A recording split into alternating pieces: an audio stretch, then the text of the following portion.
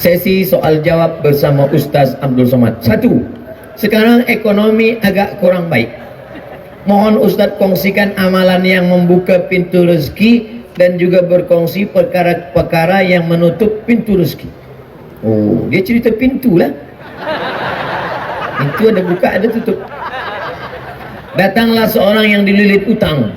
Ya Rasulullah, aku ni susah dililit utang. Apa doa yang aku baca? Kata Nabi, minta perlindungan daripada 8. Allahumma inni a'udzubika minal hammi wal hazan wal ajzi wal kasal wal jubni wal bukhl wa dala'id daini wa ghalabatir rijal. Minta daripada 8. Allahumma inni a'udzubika minal hammi, selamatkan aku daripada susah hati, wal hazan, segala kesulitan dan kesulitan.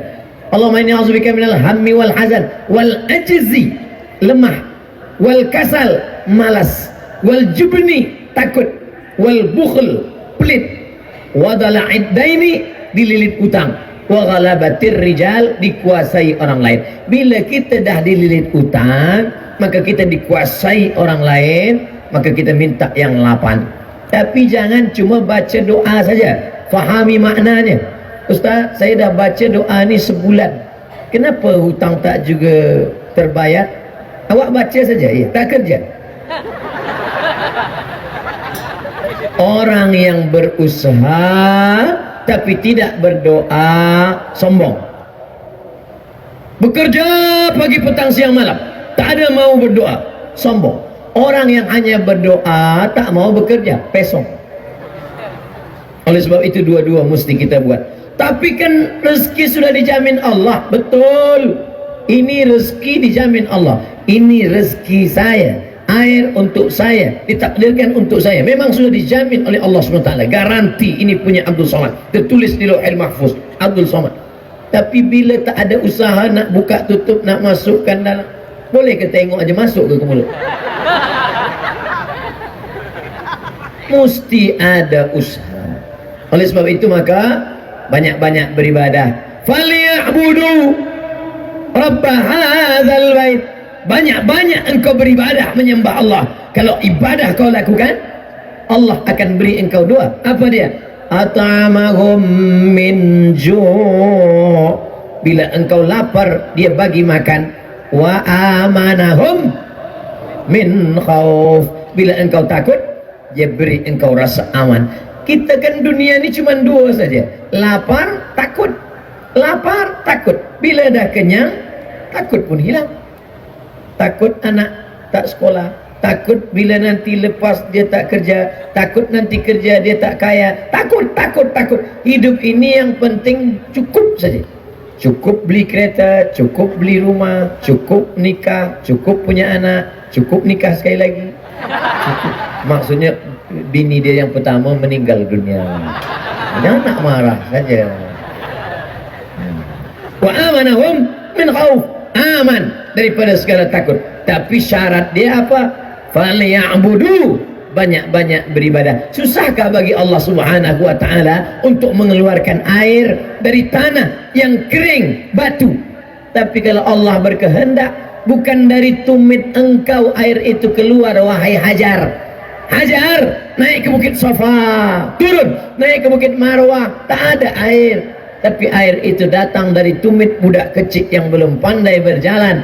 Dari tumit Ismail.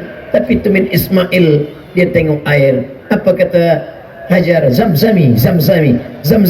Berkumpullah air. Berkumpul. Air itu berkumpul 3.800 tahun. Air itu tak kering. Tapi jangan gara-gara mendengar cerita ini, esok dia tak ada. Awak kenapa tak kerja? Kenapa tak pergi office? Kata Ustaz Somad, bukan dari tumit kita rezeki itu datang, dari tumit budak kecil. Betul, dari tumit budak kecil. Tapi tumit yang besar ini melangkah dulu ke Safa, melangkah dulu ke Marwah, pergi ke Safa, pergi ke Marwah, dah tak ada baru. Padahal ayahnya Nabi Ibrahim alaihissalam, anaknya Nabi Ismail alaihissalam, istrinya perempuan solehah Hajar, 3 orang baik. Hajar tak ada angkat tangan, ya Allah bagilah air ya Allah, tak. Tapi apa yang dilakukan Hajar? Naik ke Bukit Safa, naik ke Bukit Marwah, usaha, doa, fatawakkal Allah. Apa Siapa yang menutup pintu rezeki, Ustaz? Allah sudah tetapkan rezeki kita. Kenapa rezeki itu batal? Kenapa Allah tutup pintu rezeki?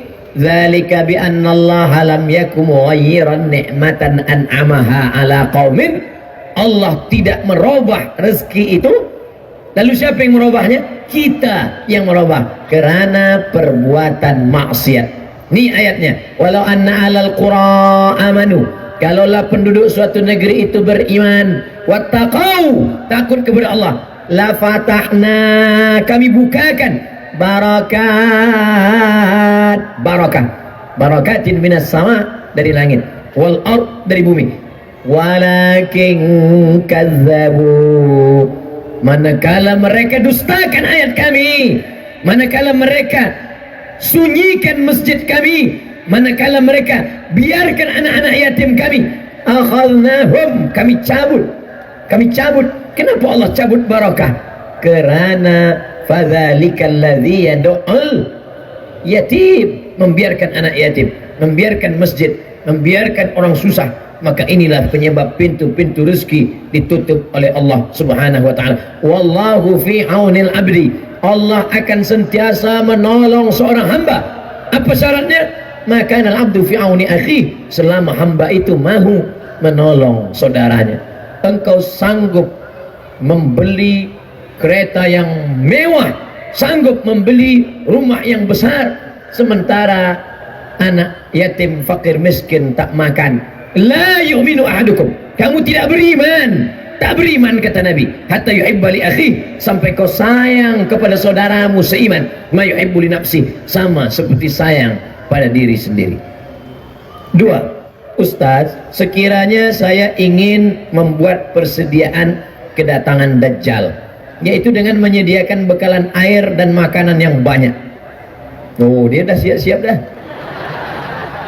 Bila Dajjal datang, saya dah siapkan ini rumah di bawah tanah, ada air, ada makanan. Adakah bekalan ini lenyap dan hilang apa Dajjal muncul? Dajjal boleh tunjuk langit, ya sama imtiri, turunkan hujan. Ya ardi umbuti, wahai tanaman tumbuhkan, tumbuh. Dajjal tunjuk pada mayit, orang mati, ya mayit qum, tegak. Mayat tegak berdiri. Bila suruh langit hujan, suruh bumi tumbuh tanaman, suruh mayat tegak berdiri, susahkah bagi Dajjal untuk berkata, hai yang siapkan makanan bawah tanah, hilang. Makanan yang kau simpan hilang, handphone bawah hilang, hilang. Dajjal punya kerja, sebab dia nak tunjuk kafir. Jadi yang perlu kita siapkan ini apa? Tiga. Yang pertama, selepas sembahyang, sebelum salam, selepas tasyahud, Allahumma inni a'udzubika min adzabi jahannam wa min adzabil qabri wa min fitnatil mahya wal mamat wa min syarri fitnatil masihid dajjal. Yang kedua, hafaz 10 ayat pertama surah Al-Kahfi. Yang ketiga, baca surah Al-Kahfi malam Jumat. Man qara'a surat Al-Kahfi, siapa yang membaca surah Al-Kahfi pagi Jumat, siang Jumat, petang Jumat, malam Jumat, sebelum tenggelam matahari hari Jumat, adha'a lahu, Allah Ta'ala beri dia cahaya, nur minan nur, cahaya ma bainal jumu'ataini, dari Jumat ini hingga ke Jumat ini, dari Jumat ini hingga ke Jumat ini. Kenapa hari Jumat? Sebab hari Jumat hari kiamat. Datang Dajjal hari ini, hari Sabtu, hari Ahad, dia baca hari Jumat, Allah berikan dia cahaya hingga ke hari Jumat, maka dia akan dipelihara Allah.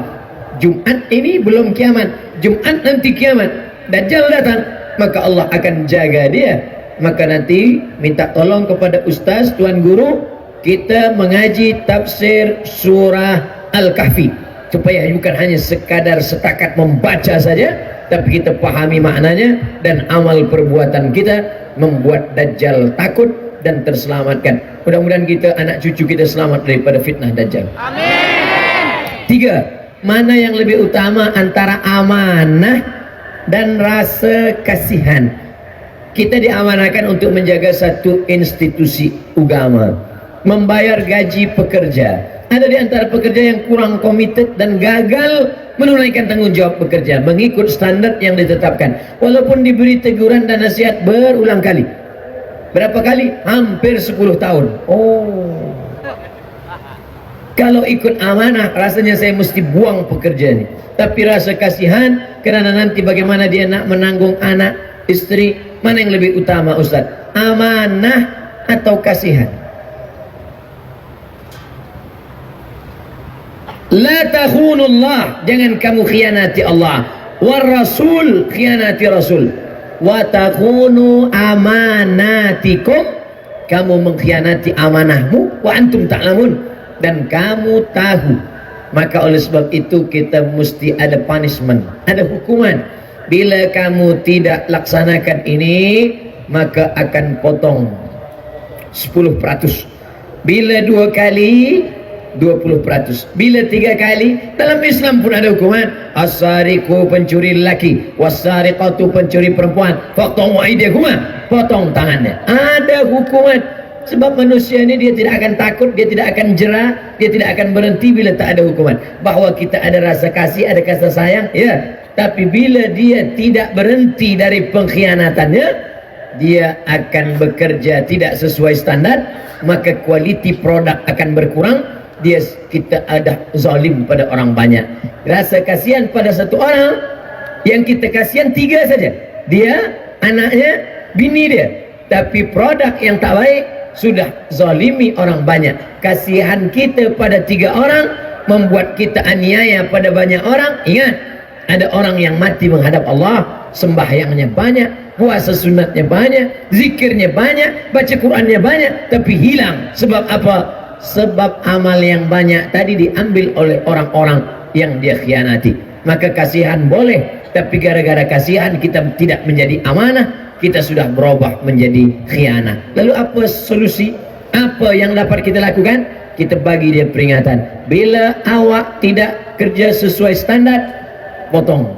Bila tidak sesuai lagi, bila tidak kita lakukan ini, maka na'udzubillah, rasa kasihan kita sudah membuat kita tidak amanah. Apakah Nabi SAW pernah melakukan ini? Ya. Pulang kembali daripada Yaman, ini kambing saya, ini kambing zakat, ini unta zakat, ini kambing saya. Kalau ikut kasihan, tentu Nabi akan berkata, ambillah, saya kasihan tengok engkau, sebab engkau jalan jauh daripada Yaman. Tapi Nabi tidak. Apa kata Nabi SAW? Apakah bila engkau duduk di rumah bapamu, duduk di rumah bundamu, apakah mungkin orang akan datang memberikan engkau hadiah ini? Tentu tidak. Engkau dapat kambing ini sebab engkau adalah amil zakat. Maka Nabi SAW marah. Kemarahan Nabi bukan berarti Nabi tidak kasihan. Nabi itu wa ma arsalnaka illa rahmatan lil alamin. Nabi kasihan, tapi tidak ingin mengkhianati amanah. Maka hati-hati antara kasihan dan amanah.